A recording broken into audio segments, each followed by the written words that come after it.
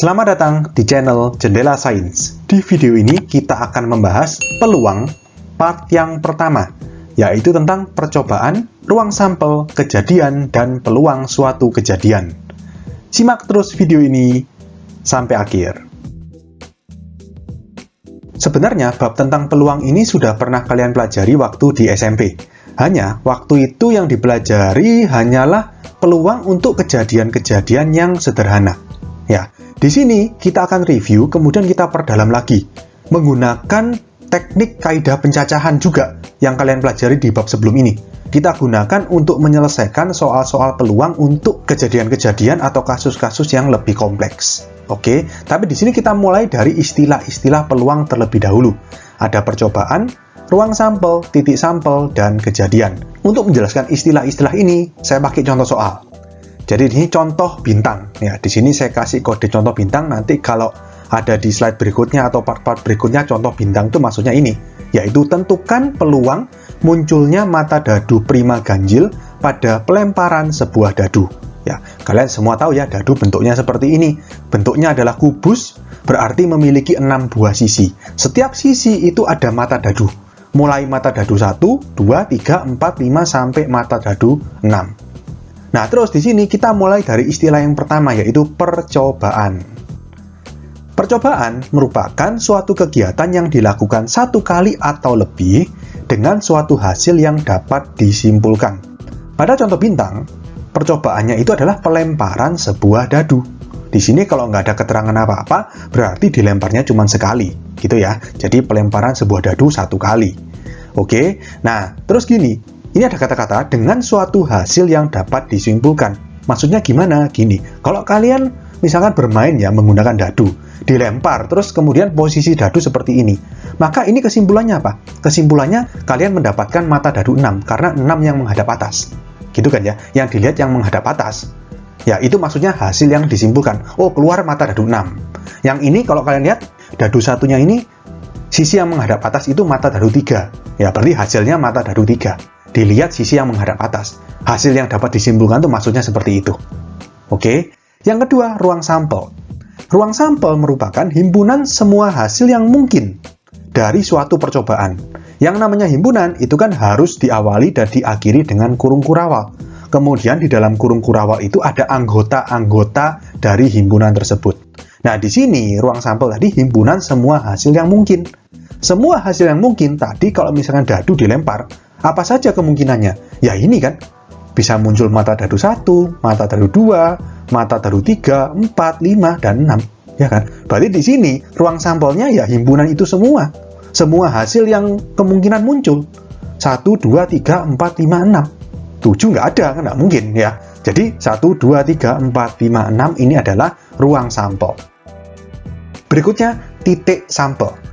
Titik sampel adalah anggota-anggota dari ruang sampel. Jadi anggota-anggota himpunannya. Jadi 1, 2, 3, 4, 5, dan 6. Jadi anggota-anggotanya. Kalau tadi himpunannya, sekarang anggota-anggotanya. Yaitu bedanya ruang sampel dan titik sampel. Yang keempat, kejadian. Kejadian ini definisinya adalah himpunan bagian dari ruang sampel yang diminta atau ditanyakan di soal. Di sini yang ditanyakan di soal kan ini. Kita lihat kalimatnya ya. Tentukan peluang munculnya mata dadu prima ganjil. Berarti yang diminta prima ganjil. Mata dadu prima ganjil, bilangan prima ganjil apa aja? 3, 5, 7. Tapi 7 tidak termasuk dalam himpunan atau ruang sampel. Di sini kan himpunan bagian dari ruang sampel. Mata dadu prima ganjil berarti cuma ada 3 sama 5. Ya, jadi ini himpunannya. Oke, jadi paham ya? Ini adalah istilah-istilah dasar pada peluang.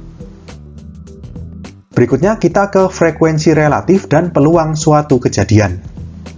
Frekuensi relatif suatu kejadian A adalah perbandingan antara seringnya muncul kejadian A dengan banyaknya percobaan yang dilakukan. Dirumuskan, FRA sama dengan NA per N. FRA itu adalah frekuensi relatif kejadian A, NA itu banyaknya kejadian A muncul, dan N itu banyaknya percobaan.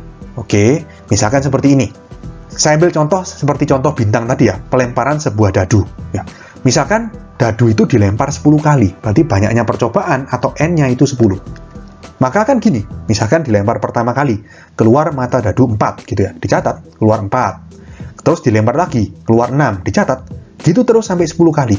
Kemudian hasilnya dinyatakan dalam tabel seperti ini. Jadi ini yang pertama mata dadu, lalu ini ada frekuensi.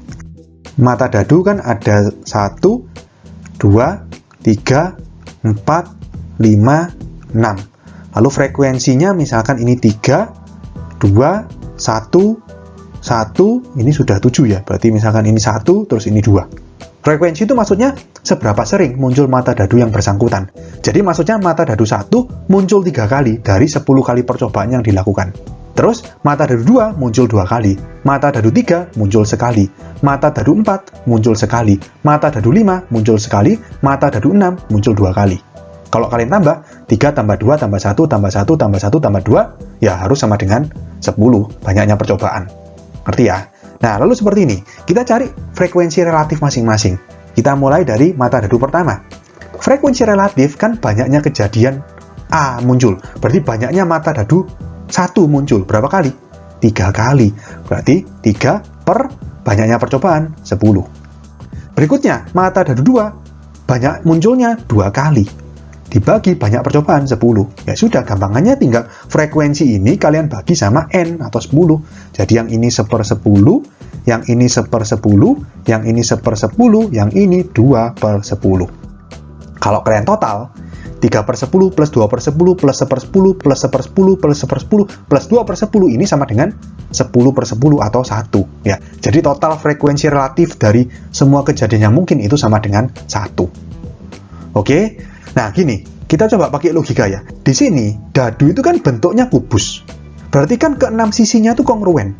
Kalau ke-6 sisinya kongruen, berarti harusnya banyaknya frekuensi yang muncul itu adil. Karena kan setiap sisi itu memiliki kesempatan yang sama untuk muncul. Logikanya kan gitu. Tapi ternyata dengan percobaan 10 kali pelemparan ini menghasilkan frekuensi seperti ini.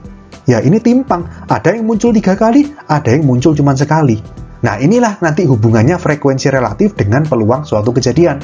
Jadi gini, jika percobaan itu dilakukan berulang-ulang kali, frekuensi relatif mendekati suatu nilai tertentu yang disebut dengan peluang suatu kejadian. Jadi gini, ini percobaannya kan cuma 10 kali. Coba diulang lebih banyak lagi. 100 kali, atau kita ambil yang bisa dibagi 6 ya, 120 kali gitu. 120 kali melempar dadu. Maka logikanya gini, dari 120 kali itu, ya secara normal lah ya, secara normal pasti muncul mata dadu 1 20 kali. Pasti terbagi rata. 20 kali, 20 kali, 20 kali, 20 kali, 20 kali, 20 kali. Kan gitu logikanya. Ya meskipun pada prakteknya nggak mungkin seperti itu, tapi ada lebih kurang pun paling 21, 19, 22 gitu. Nggak setimpang ini ada yang 3, ada yang 1 gitu ya. Ini karena percobaannya terlalu sedikit. Ngerti ya? Jadi kalau percobaan dilakukan berulang kali, semakin banyak percobaan itu diulang-ulang terus, maka nilai dari frekuensi relatif akan mendekati suatu nilai tertentu atau nilai teoritis yang kita sebut dengan peluang suatu kejadian. Yang dirumuskan, PA sama dengan NA per NS. PA itu peluang kejadian A, NA itu banyaknya anggota himpunan kejadian A, dan NS itu banyaknya anggota ruang sampel. Jadi di sini misalkan, P1, peluang munculnya mata dadu 1, ya berarti kan N1 berapa? Jumlahnya ya cuma 1 kan, ya 1 per NS-nya 6. Nanti S ada 1, 2, 3, 4, 5, 6. Jumlah anggotanya 6. P2 berapa? P2 ya berarti banyak anggota himpunan munculnya mata dadu 2, ya 1 juga, 1/6. P3 juga 1/6. P4 juga 1/6. P5 juga 1/6. Dan P6 juga 1/6. Ya. Nah, tapi di sini kesamaan antara frekuensi relatif dengan peluang suatu kejadian, tadi kan ini frekuensi relatif kalau dijumlah sama dengan 1 ya. Ini juga peluang suatu kejadian kalau ditambahkan semua kemungkinan dari hasil yang mungkin, 1/6 tambah 1/6 tambah 1/6 tambah 1/6 tambah 1/6 tambah 1/6 sama dengan 1 juga. Oke, paham ya? Itu adalah perbedaan antara frekuensi relatif dengan peluang suatu kejadian. Atau bisa kita katakan seperti ini, frekuensi relatif itu didapatkan dari hasil percobaan. Peluang suatu kejadian itu teoritis. Teoritis hasil dari percobaan itu seperti ini, peluangnya segini. Paham ya? Berikutnya, di sini ada catatan. nilai peluang suatu kejadian itu selalu antara 0 sampai 1. Ya masuk akal ya, kan nggak mungkin lebih dari 1. Yang namanya NA, banyaknya anggota himpunan kejadian A, nggak mungkin lebih besar dari NS. Karena kejadian A itu merupakan himpunan bagian dari ruang sampel. Nggak mungkin jumlah anggotanya lebih banyak dari ruang sampel. Makanya di sini PA itu maksimal 1 dan minimal 0. Negatif juga nggak mungkin. Namanya banyaknya kok kan nggak mungkin negatif. Ya jadi 0 lebih kecil sama dengan PA, lebih kecil sama dengan 1. Jadi di sini 0 sama 1 masih bisa ya. Ya, dia di antara 0 sampai 1 tapi 0 dan 1 ini ikut. Oke? Kalau misalkan PA sama dengan 0, itu kita sebut dengan kejadian mustahil atau tidak mungkin. Contohnya, peluang munculnya mata dadu 7 pada pelemparan sebuah dadu. Kan nggak mungkin. Mata dadu itu cuma ada 1 sampai 6. Nggak ada mata dadu 7. Itu namanya kejadian mustahil. PA-nya sama dengan 0. Dan kalau misalkan peluang kejadian A atau PA sama dengan 1, itu kejadian pasti. Pasti terjadi, peluangnya 1. Contohnya, peluang munculnya mata dadu bilangan asli pada pelemparan sebuah dadu. Ya, yang namanya bilangan asli, dari 1 sampai 6 itu semuanya bilangan asli. Ya pasti ini, PA sama dengan 1. Ngerti ya? Itu maksudnya kejadian pasti. Nah, terus kalau antara 0 sampai 1 gimana? Yang namanya peluang itu kan kita bicara ketidakpastian atau kemungkinan. Ya, kalau yang namanya antara 0 sampai 1 berarti ada kemungkinan terjadi, ada kemungkinan juga enggak. Dan sebagian besar peluang itu pasti berkisar antara 0 sampai 1. Karena kalau kita bicara peluang, erat kaitannya dengan yang namanya ketidakpastian atau kemungkinan.